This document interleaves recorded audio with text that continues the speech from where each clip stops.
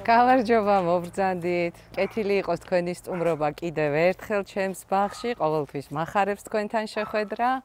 მივესალმები მაყურებელსაც და ვეტყვი, რომ მე გახლავართ ლანდშაფტის დიზაინერი ცირა ოქროპირიძე და თქვენი მყოფებით საგურამოში ვარდების ბაღში.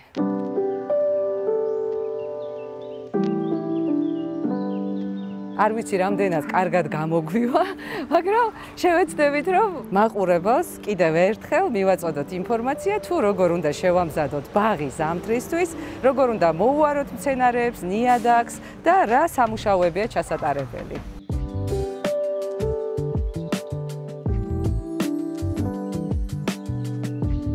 ბაღში ნებისმიერ დროს არის უამრავი საქმე, არ ჩერდება საქმე. აქ სულ უნდა ჩქარი მატარებლის წინ ირბინო.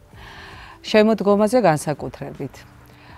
შემოდგომაზე ძალიან მნიშვნელოვანია, რომ მოდი ვარდით დავიწყებ ყვავილების დედოფალით, იმიტომ რომ ყველაზე მეტად მაინც ვარდი აინტერესებთ ხოლმე და მოგეხსენებათ მეც როგორ მიყვარს ვარდი. სასურველია და აუცილებელია რომ მოხდეს გადაჭრა გადაყვავილებული ტოტების. თავისთავად უნდა მოხდეს სარეველებისგან და ფოთლებისგან გათავისუფლება ეტაპობრივად, იმიტომ რომ მოგეხსენებათ რომ შემოდგომაზე ფოთლები ცვივა, ფოთოლცვენა აქტიურდება და ეტაპობრივად სულ უნდა გამოვიტანოთ ხმელი ტოტები, ფოთლები და გავათავისუფლოთ. ძალიან მნიშვნელოვანია რომ მაქსიმალურად კარგად შეიკრიჭოს მცენარე, ასევე გაკეთდეს, როდესაც ფორმირებული მცენარეა და დიდი ბურთის თავი აქვს, ან როდესაც გაკეთებულია, ვთქვათ, ტუიების რაღაცა კომპოზიციას კარფირება შეიძლება გაკეთდეს, შიგადაში გამოცლა არის ასეთი დღეს საკრეჭი აპარატი, რომელიც შიგნიდან იღებს აი ამ ხმელ ტოტებს, ძველ ტოტებს, სადაც შეიძლება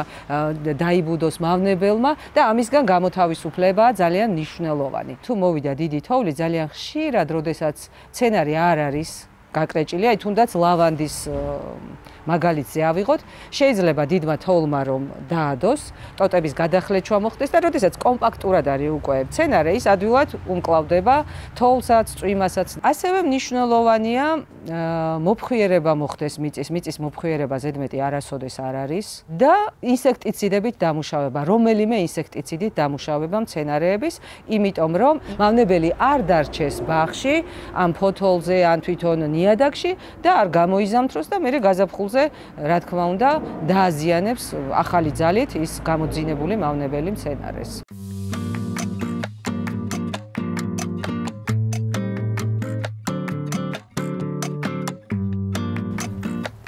ესე იგი შევდივართ სავარდეში.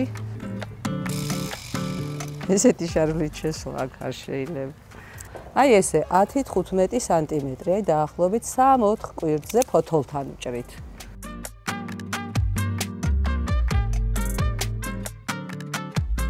აი ამას არ გადავჭრით, იმიტომ რომ ახალი ყვავილი მოდის. აი აქ პატარა შეიძლება ეს მოვაშოროთ, ახალი ყვავილი მოაქვს, ეს დარჩება. ესეც უკვე გადაყვავილებულია, ამასაც მოვაჭრით, ასევე ესეც. თვითონ კარნახობს უკვე ბუჩქი, როგორ გავაკეთოთ გადასხლა.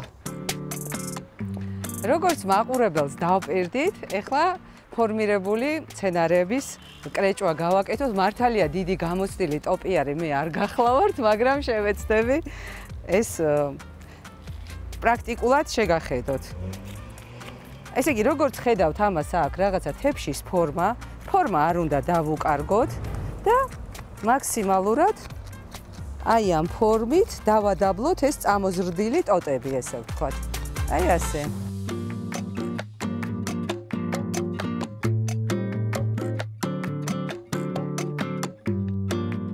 ერთადერთი კიდე რჩევა აქ შემიძლია მივცე, რომ ცხელი ზაფხულის პირობებში, როდესაც ძალიან ცხელ აგვისტოში, სასურველია რომ კრეჭვისგან თავი შევიკავოთ, იმიტომ რომ ზემ შეიძლება ის ქორფანაწილი, რომელიც დარჩება, დაწვას და დააზიანოს მცენარე და სხვა შემთხვევაში არ არის პრობლემა. როდესაც წამოიზრდება, ეს შეიძლება ჩვენ გავაკეთოთ ელექტროაპარატითაც. მოკლედ, ეს მე მგონი გასაგებია. ეხლა გადავიდეთ მიწის გაფხვიერებაზე და კიდევ გაჩვენებთ თუ როგორ გამოვაცილოთ გადაბერებული ტოტები ხვიარა ვარდებს, რაც ძალიან მნიშვნელოვანია ჩემი გამოცდილებიდან გამომდინარე, რომ გაგიზიაროთ. ეს არის ედენ როუზი. ეს ხვიარა ვარდი.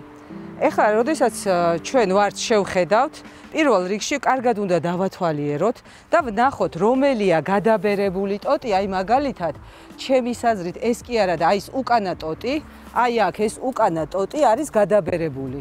ამიტომ, როდესაც მსხვილი ღერო აქვს, იმას ვერც ყნეტელით ვერ მოვერევით ჩვენ და სეკატორით მით უმეტეს. ამიტომ აუცილებელია, მე ძალიან მიყვარს ეს შტილის ხერხია, აუცილებლად გვჭირდება ხერხი, რომლითაც ჩვენ შეგვიძლია რომ ამოვხერხოთ ძირში ის გადაბერებული ტოტი. და დავტოვოთ მხოლოდ ახალგაზრდა ტოტები. და ვარდს ექნება საოცარი ზრდა, ეშინიათ ხოლმე რომ არ უნდათ რომ ძირში მოჭრან. ექნება საოცარი ზრდა და საოცარი ყვავილობა მერწმუნეთ და ყველა ბუჩქზე უნდა განვახორციელოთ ეს გადაბერებული ტოტების ამოჭრა.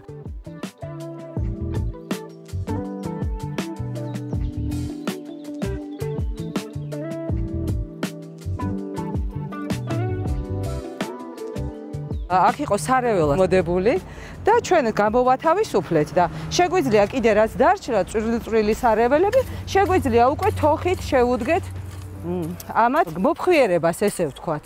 ყველაზე მნიშვნელოვანი და კარგი ის არის, რომ აი აქ, როდესაც ჩვენ აი ამ ბალახისგან გავათავისუფლებთ და გამოვიტანთ გარეთ, შემდგომ ეს ჩვენი ბალახი შეგვიძლია გავაკეთოთ კომპოსტი.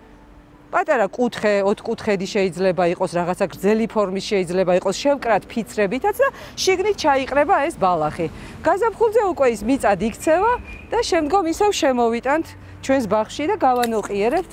ეს არ არის ჯერ გათავისუფლებული, გავათავისუფლებთ აი ამ ყველაფრისგან და ასე ჩვენი ნიადაგიც ეს გალამაზდება და გაწყრიალდება ბაღი. და ასე იქნება მზაობა.